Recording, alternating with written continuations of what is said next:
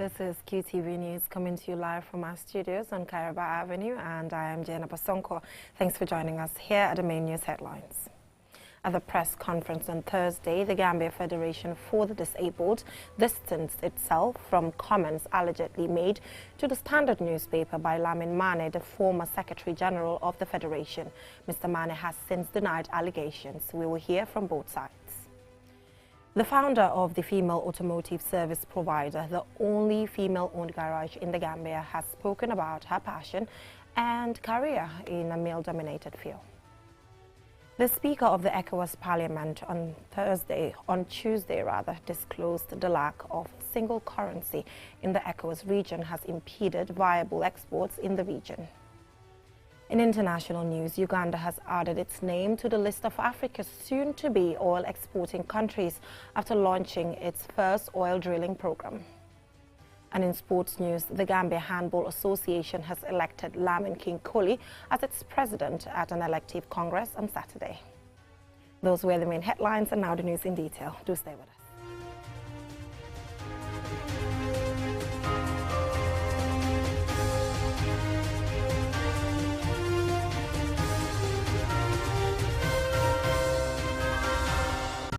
Thank you for tuning in. If you're just joining us, this is QTV News and I am Jana Basonko. Now, at a press conference on Thursday, the Gambia Federation for the Disabled distanced itself from comments allegedly made to the Standard newspaper by Lamin Mane, the former Secretary General of the Federation. As Ansumane Sonyasi reports, Mr. Mane has since denied allegations of misrepresentation by him and of making a political statement in contravention of the Constitution of the Federation. Here's his report. Gambia Federation of the Disabled and its affiliated members condemn the claim of Mr. Lamin Mane as the Secretary General of the Federation. Mr. Lamin Mane is not a Secretary General to Gambia Federation of the Disabled. Mr. Lamin Mane has resigned from the position of the Secretary General since 2019. Condemn and clarify the position of Gambia Federation of the Disabled, and of course by extension to clarify Mr. Lamin Mane, who dubbed and paraded himself as Secretary General of Gambia Federation of the Disabled, which is misconceived and indeed wrong. These are some of several claims made by the current GFD leadership against Lamin Mane, former Secretary General of the Gambia Federation for the Disabled. Following the Standard newspaper's widely circulated report, in which Mr. Mane was said to have made several claims, including asking President Adama Barrow to sack 6 of his cabinet ministers, the GFD has condemned what they say is a political statement. Magistrate Mohamed Kurbali and Lamin K. Fati, Chairman and Executive Director of the Gambia Federation for the Disabled, respectively, accused Mr. Mane of acting in contravention of the GFD's constitution, which they say prohibits members from making political statements, especially using the Federation's name. We want our partners, including the government, non-governmental organization, parastatals and individuals, to understand this position. We are not a political entity and not affiliated with any political party. We encourage our members to participate in politics of their choice, but we are certain for a member to use a federation portfolio in his political activism to gain political scores. Furthermore, the GFD also implored Mr. Mane to desist from portraying himself as the Secretary General of the Federation. We put these allegations to Lamin Mane, who denies them. First of all, I would like to tell the Gambians and non-Gambians, those who are watching me, that all my statements have nothing to do with the Federation. I was once a Secretary General of the Federation, and I resigned based on my education career. Lamin Mane says he remains unapologetic over his ministerial sackings comment, adding that the GFD is his home and that he will not do anything to jeopardize or tarnish the Federation's reputation. I would say Standard make a mistake. Why I say that? It was an interview done at Standard. And even it was conducted by Alaji Mane. And even the dress I put on, if you go to the video of the interview, I did it at Standard. Standard, even if you play that video, the beginning of the program, as introduced myself, is there as Alaji even mentioned me as Lamin Mane, Chairman of National Organization for Disabled and Secretary General of the same organization as bracket NODO. The Gambia Federation for the Disabled is the umbrella body of all registered organizations representing persons with disabilities. It has a mission to promote equal opportunities, rights, and the full participation of its members in national development. Antoine Sonyasi for KTV News. Interesting clarifications there. Now moving on, the founder of the female automotive service provider, the only female-owned garage in the Gambia, has spoken about her passion and career path in a male-dominated field. Lena Igwenyipa visited her at her workshop in Kanifing and fastened this report. Traditionally, in many parts of the world, including in Africa, women are pressured to be housewives and not to work outside the house, as the social role of women is evolving in the direction of practicing a profession. These ambitious women are breaking the bias in a male-dominated sector. Women are no longer just housemakers, but can contribute to national development in many fields. Fatoumata Jammeh, the founder of the female automotive service providers and a mother of 5, is an example of women's resilience in following their dreams and demanding equal opportunities. She explains her motivation to take up a career in the automotive sector. I'm a technical student. Then I see like most of our females, they step into offices. So I said, let me make a challenge that what a man can do, a woman can do. So that also motivates me much. Seeing my husband going under the car, so I said, let me go in and try.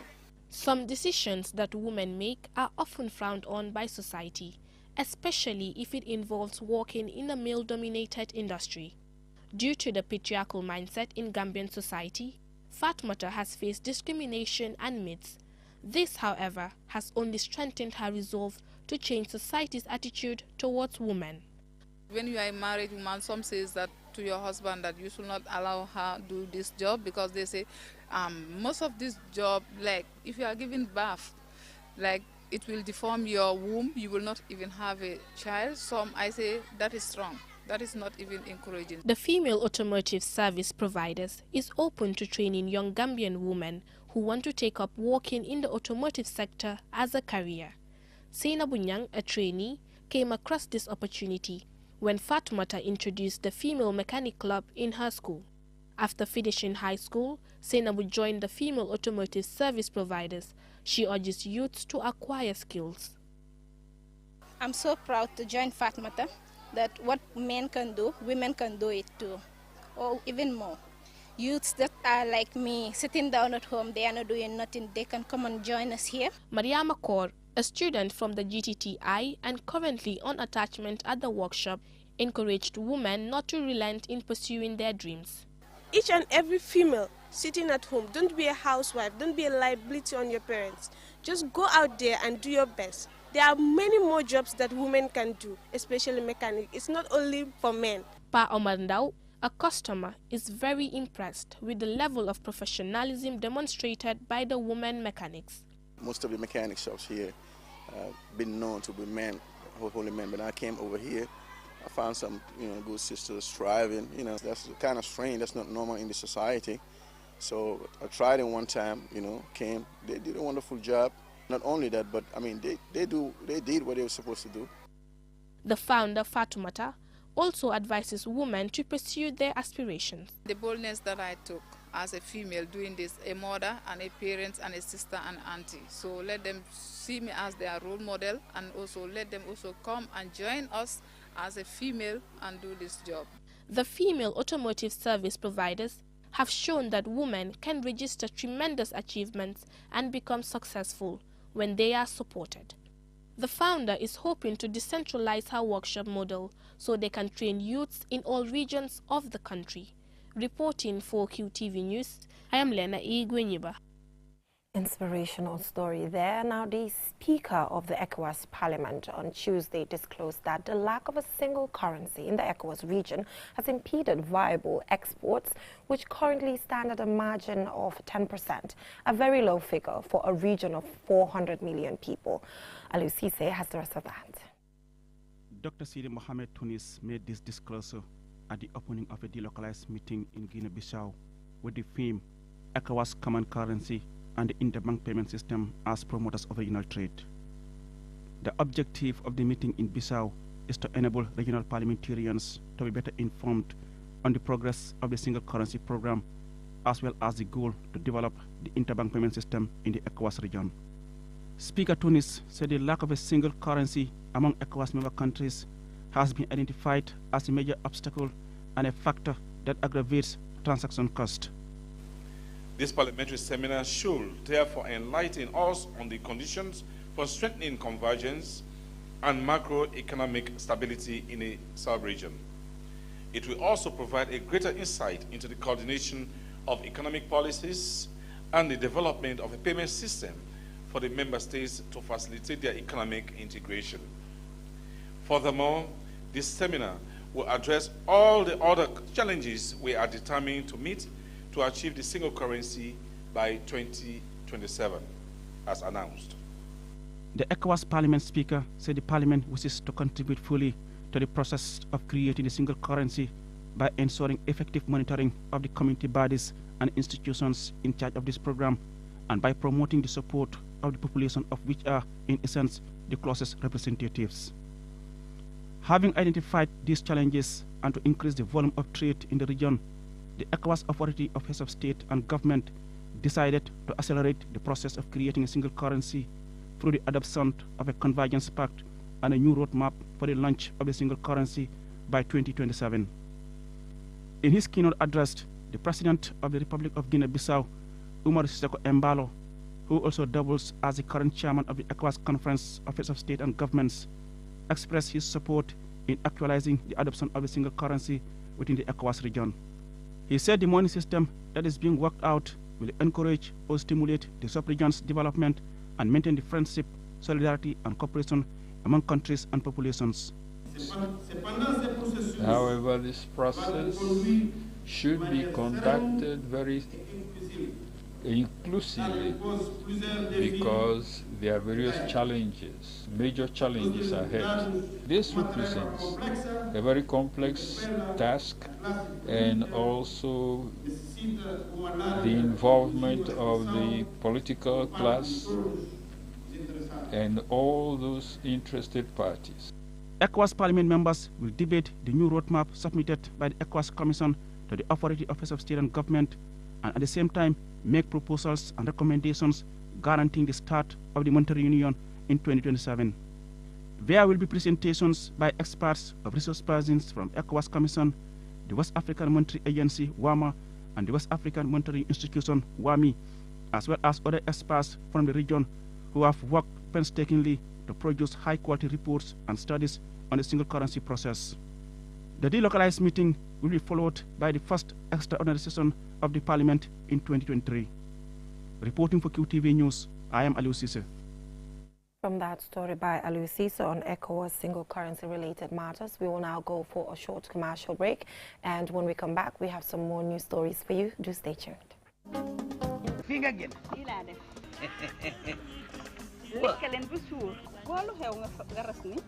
Amna lu manqué de. Lu manqué?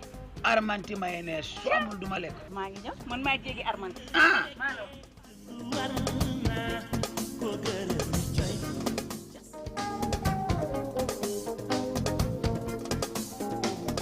Noko gisé? Safna neexna. Ndax mom ci armanti mayonnaise ak sauce boko ci def rek da fay neex. Ni la. Armanti mayonnaise. Ren la am 28 years. Wow. Ta caf ka mosul ci tegon tankam fala ko tek ba tay man mak armanti dama ko min yalla dafa dogal armanti dafa don sama xali yeen jégi réew mi néna len ñaar fukki at ak juroom ñett du fukki at ak juroom ñett dédé du ay fodé mala ñu wax li duggu len ci bépp marché bépp supermarket bépp boutique ci biir réew mi amna 500 ml 1000 ml ak 5 kg li ci gëna té dakh moy def len indil 25 grammes moy ciatu mayonnaise bi amna margarine bota amna bota ice am corned beef bu yap ak bu ginar amna sardine ak banana milk armanti dal dafa compléter lépp ngir noppal jéeg yi seen biir waay. Armanti product, the good quality food.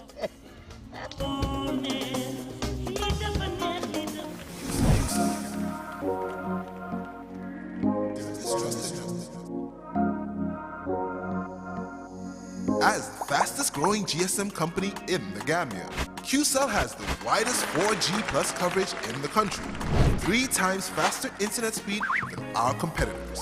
So switch now and dial *335# and enjoy what true 4G feels like. QCell, Gambia's trusted network.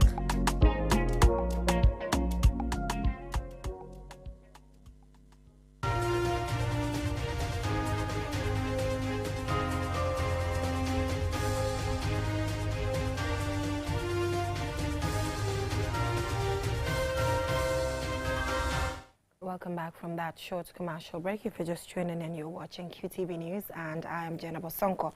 Now, the setting of the illegal settling of bushfires that destroy forest cover is serious in the Gambia. Annually, these illegal bushfires, which in addition to significant loss of forest cover, impacts people as well as animals that rely on grass for grazing. The story by Ibrahima Jallo is narrated by Jordan Jai. Although such illegally set fires occur in many parts of the country, we never hear of those responsible being arrested or charged. Over the years, bushfires have resulted in communities losing farm produce, while leaving animals that rely on grass for this food facing starvation. To address these occurrences, there must be greater awareness among the public of the important role communities play in the management of their forest reserves. Ibrahima Jallo, president of the National Livestock Owner, explained that Gambians must change their attitudes towards the environment if they want to leave a legacy. When we talk about the environment are the people are the environment. So we are living within the environment. If we manage and sustain the environment, if we protect the environment, we are protecting our own life. We are protecting our own livelihood, because the animals totally depend on this environment. So people need to either they protect the environment or collect what is within the environment and keep their food so that during the dry season they can give to this animal. Emmanuel William Mendy, Deputy Director of Animals Productions, also explained that bushfires cause serious environmental problems, which we must cope if we are to meet the demand for livestock in this country. We all know that bushfire is a serious environmental problem. And for us to be able to meet the demand of livestock in this country, our environment needs to be protected. Our environment needs to be given the care it needs, so that the grasslands are well protected, the grass in the field are growing naturally, and our livestock can feed. Lamin Jallo, a forestry officer, also explained some of the challenges posed by these forest fires and how human behavior is negatively impacting our environment. Forestry as an institution, the past years have been trying a lot to sensitize communities in making sure that they protect their forests, especially from forest fires. Because forest fires are a very big destructive agent to communities' livelihood. Because if you see rural Gambia, people live mostly, their livelihood are from the forest. That is either through this sourcing of fuel wood for sale, and also their human remains all benefit from the forest. So in a nutshell, if these forest areas got burned, obviously it's going to become a very big damage to the communities as we speak. Perhaps the continuing incidents of bushfires show that much more needs to be done than in currently being done if we are to preserve our forest cover. For QTV News, I am Jordan Jai. Unfortunate. Now let's take a look at the news beyond our borders.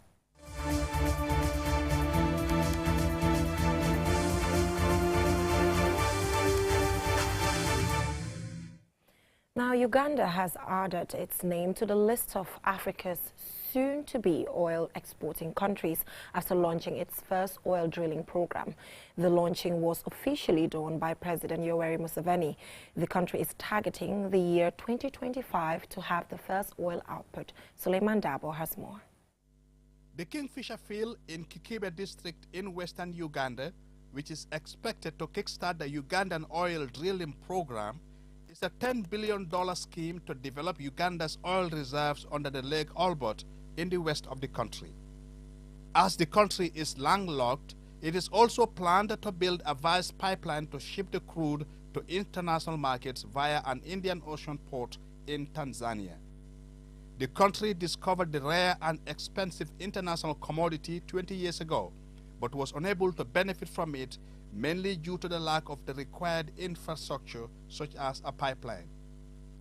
The Petroleum Authority of Uganda said in a tweet which reads, "The President, Yoweri Museveni, has officially commissioned the start of drilling campaign on the Kingfisher oil, describing the development as a milestone." The Kingfisher field is expected to produce 40,000 barrels of oil per day at its peak, according to PAU. The Kingfisher field is one of the 2 oil fields that Uganda is currently developing. The other is called Tilenga, north of Lake Albert by the River Nile. Tilenga oil field is operated by France's Total Engineers, and together with China National Offshore Oil Corporation, they co-own all of Uganda's existing oil fields alongside the state-run Uganda National Oil Company. These 2 companies together will produce about 230,000 barrels of crude oil per day. However, as with any similar project around the world, environmental activists and other rights groups have already expressed reservations about the tapping of oil at Lake Albert, which is a 160-kilometer long body of water separating Uganda from the Democratic Republic of Congo. According to these groups, drilling will threaten the already fragile ecosystem and the livelihoods of thousands of people. However, the country's energy minister, Ruth Nakambiwa, in a statement to the AFP news agency says, and I quote, "We are excited as a country and for Africa," end quote. The discovery of crude oil and other precious natural resources such as diamonds in any country should be an exciting moment for its citizens, because revenues derived from the sale of such commodities can bring about the much desired development objectives, especially in Africa. But as noted from the concerns expressed by environmental groups in Uganda in terms of adverse consequences it can have on the environment, oil exploration can also bring about corruption that can cause civil unrest, as it happened in Sierra Leone, Democratic Republic of Congo, Equatorial Guinea, and Nigeria, to name a few. The Gambia, on the other hand, is yet to benefit from any form of oil drilling or the sale of diamonds, even though the country has been identified by previous administrations as being endowed with oil. As is evident from the Uganda case, the time frame between discovery and drilling, which was 20 years, can be lengthy. Suleiman Dabo for QTV News. From that story by Suleiman Dabo, we will now take a look at what is happening in the world of sports.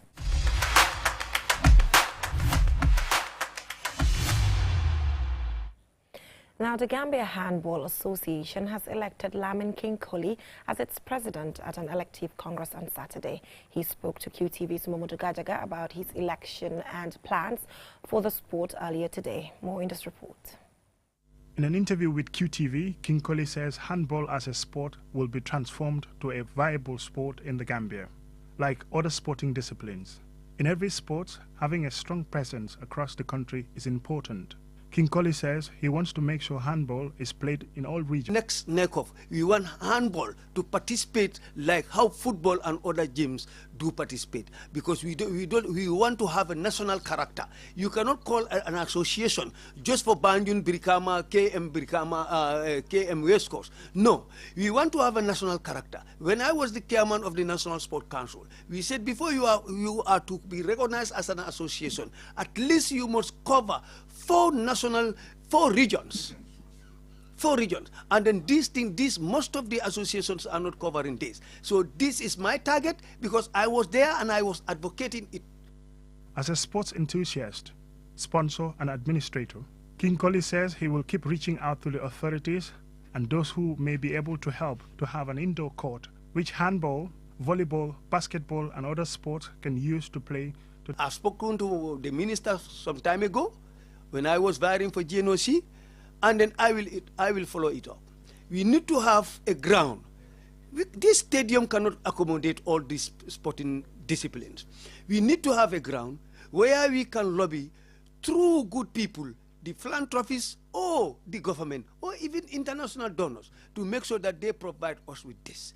The moment we have the facility, then other sports that are indoor, they will come up, like basketball, volleyball, wrestling, boxing. Lamin Kinkoli also said his plan include having a competitive league, but first There is a need to introduce handball in schools, regions, and also to compete in sub-regional and international competitions. To be like that, and I am leading an association which by our first target, after making the courtesy call to the National Sport Council, to the ministry, our next calls will be to the regional.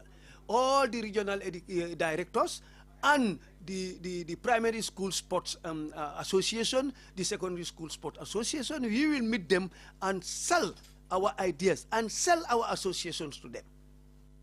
The Gambia handball team will compete in a sub-regional competition in Guinea-Bissau next week, which will be its first activity under their new leader. Mamadou Gajaga, QTV News. Now, congratulations to Lamin King Koli. That is all we have time for, but before we leave, let's recap our main headlines. At a press conference on Thursday, the Gambia Federation for the Disabled distanced itself from comments allegedly made to the Standard newspaper by Lamin Mane, the former Secretary General of the Federation. Mr. Mane has since denied allegations. We heard from both sides. The founder of the female automotive service providers, the only female-owned garage in the Gambia, has spoken about her passion and career in a male-dominated field. The Speaker of the ECOWAS Parliament on Tuesday disclosed that the lack of a single currency in the ECOWAS region has impeded viable exports in the region. And in international news, Uganda has added its name to the list of Africa's soon-to-be oil-exporting countries after launching its first oil drilling program. And in sports news, the Gambia Handball Association has selected Lamin King Koli as its president at an elective congress on Saturday.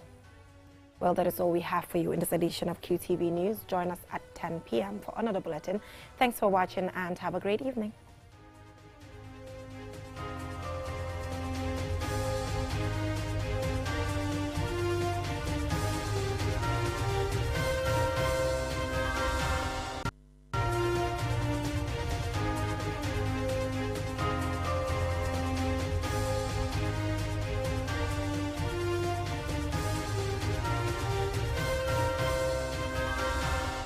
Well, that is all we have for you in this edition of QTV News. Do join us tomorrow, same time for more news.